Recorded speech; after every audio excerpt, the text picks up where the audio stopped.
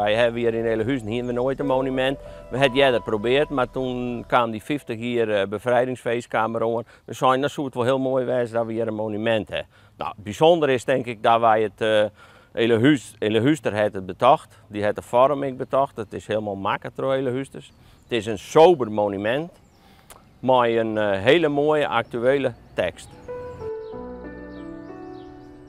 Er zit geen naam op, maar we bedenken hier bij wel Joop Schweitzer. En Joop Schweitzer dat wie een domineeszoon uit Balk. En hij werkt op het gemeentehuis en daar helpen onderzoekers.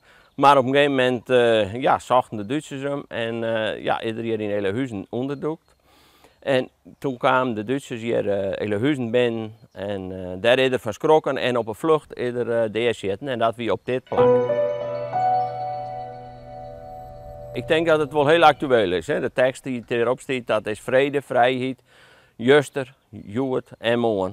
En dat is, ondanks dat het al heel lang is dat wij de bevrijding hier hand hebben in Nederland, zien we om ons heen een heel soort wat nog net vrijheid is.